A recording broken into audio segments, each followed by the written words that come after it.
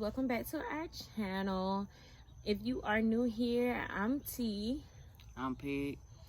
All right, and today, as you guys can see, we are doing our 2-week wait update, letting you guys know what symptoms I'm experiencing after our IUI that was done a few days ago.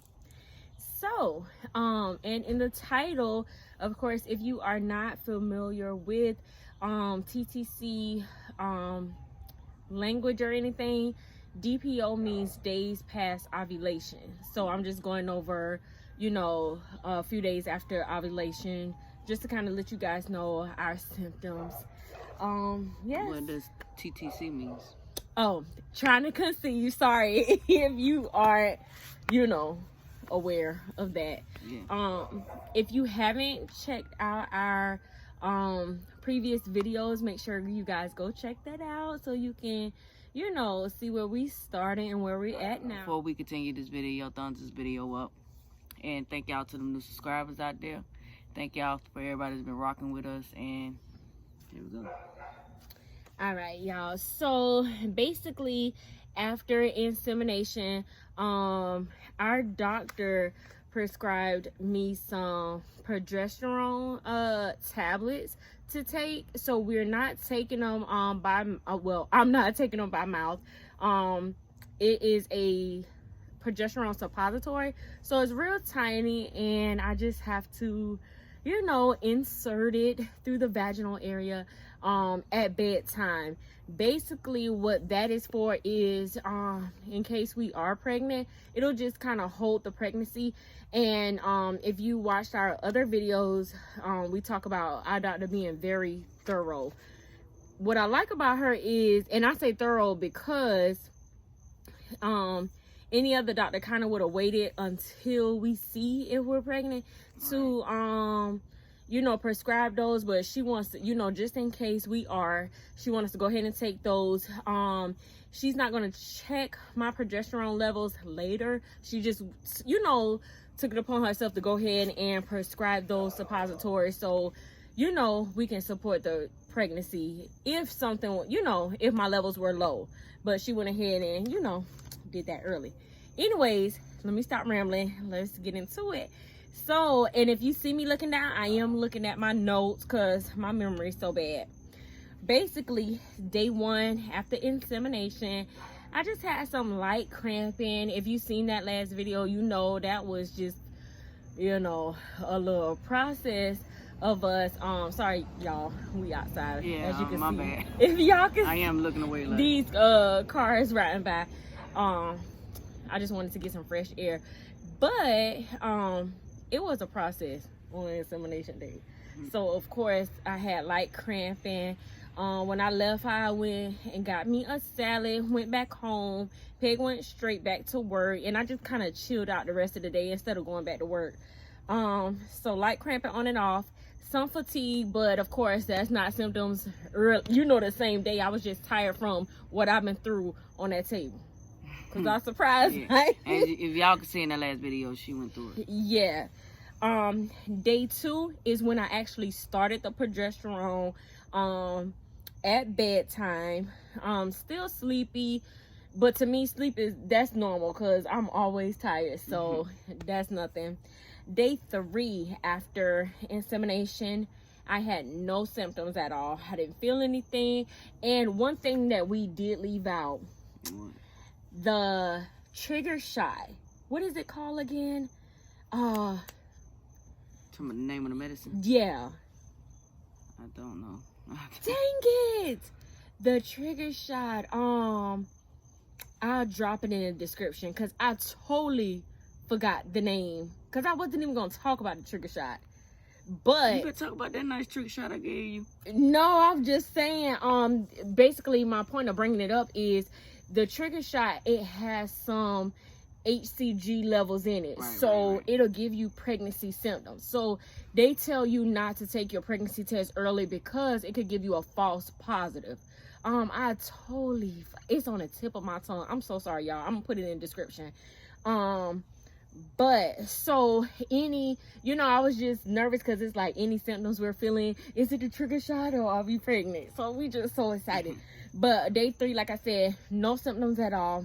Day 4, runny nose, congested sneezing. I do not have a cold, none of that. So me and Pig are looking up symptoms like crazy to see basically, could this be, are we pregnant or not? Right. Sorry, y'all. We so distracted looking at these cards. We YouTubed it out. Yeah, we looking at everything, the process. I'm like, oh my God, is the sperm still traveling? Is it doing this? Is it doing that? So we just like, oh my gosh, everywhere.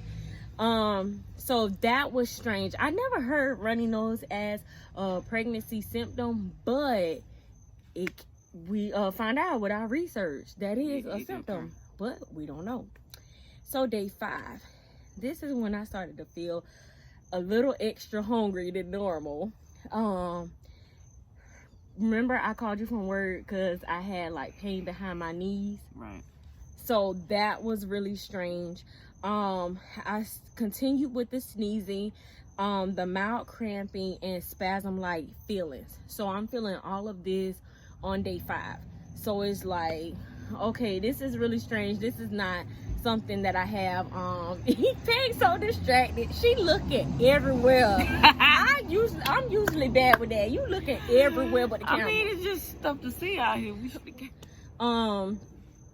Like I was saying, so that is strange because it's like I'm starting to feel stuff I don't normally feel with my like cramping behind my knees. So I usually go on walks while I'm at work, and yeah, it's getting kind of hard or whatever. Right. Sorry, y'all. Now he see. Sorry, I was just playing. But anyways, day 6, continue with the hunger like more than normal. Let me see. Still with the pain behind my knees. It's actually spreading up to my thighs. This is the first morning that I had some nausea. I didn't vomit or anything, and I continued with the sneezing. So it was like cold-like symptoms, just kind of not feeling well or whatever. So that continued on to day 6. A little of day 7. On day 7 that morning I had a runny nose with some blood. That is definitely a symptom with I'm sorry, can barely talk. A symptom, a lot of sneezing, and continue with the right leg pain. And I've noticed with us doing our research, a lot of women talk about having that congested feeling with the bloody nose and stuff like that, or either bloody gums. I didn't experience the bloody gums, but bloody nose, yes. And it's not a lot, it's just like a little bit. On day 8 is when I vomited. So I have never been so happy to vomit. It don't sound too good. It don't sound good at all, but no. I think I was like she throwing up a whole horse. Right. If I can remember, I think I was on the way to work. I was about to leave home going to work, and I just vomited in the yard. So I'm like, could this be the trigger shot, or you know what I'm saying? And that's one thing you would not know, because the trigger shot give you the same symptoms. The only way you'll know is, and what we didn't do, we saw on another YouTube video, if you test the date of. So if you start your pregnancy test the date of when you start your after trigger shot, and then you take it continuously, so you can see when the medicine is out of your system. Yeah. Be sure to test that trigger shot before you take a pregnancy test, because it will give you a false positive. It will give you a false positive. So that way you'll come out positive. Then you'll see when it actually leaves your system. Yeah. And sometimes it doesn't take the full 14 days to leave your system. So, yeah, it doesn't take the 2 weeks. And we found out that from watching other YouTube videos, it do not take. So I wish we would have started. I'm so sorry, y'all, if it's hard to hear us, because these cars right by, I don't know what we trying to do video outside. But anyways, it doesn't take the full 14 days. Anyways, is on the same day, day 8, when I vomited, I started feeling shortness of breath, having shortness of breath that day, and some fatigue still. On day 9, I vomited again. Continue with the fatigue and dizziness. Day 10 through 13, I just kind of continue with the same symptoms I was having, so I stopped writing them down. It was just, repetitive, hungry, right? Extremely hungry. But what kind of messed us up is we did not test the trigger shot. Throughout the 2 weeks, we didn't test the trigger shot. So we don't know if it's the trigger shot or if we possibly, pregnant. So we have to go back for our test, which is the HCG blood test, and then we'll get our results. So fingers crossed. We are excited. We so ready, for this journey to be over. It is just nerve-wracking. The 2-week wait, we don't wish on nobody. I have never waited for something, just so anxious like this. Ain't it? Right. We like every day, can we be pregnant? Can we be pregnant? It's like we trying to find something to be like, But again, YouTube got us through. Yeah, YouTube got us through. Videos got us through. Yeah, because we continue to watch video after video, the fertilization videos. I mean, come on. And shout out to everybody trying to see. You will do it. Yeah, continue. If you haven't been following our journey, this is our 3rd time since we've been together, but this is our 1st time this year. Yeah, we tried like twice, like 7 or 8 years ago. So hopefully 3rd time is a charm. If you are trying to conceive, we wish you the best of luck. Again, thank you to all of our subscribers, everyone who is wishing us well with the comments, the calls, the text messages. Just continue to keep us in your prayers and keep subscribing, liking. We are on the road to 400 subscribers. Please get us to 400. Yeah, share with your friends, family, everyone, and we will see you guys with the update on the next video. Peace. Yeah.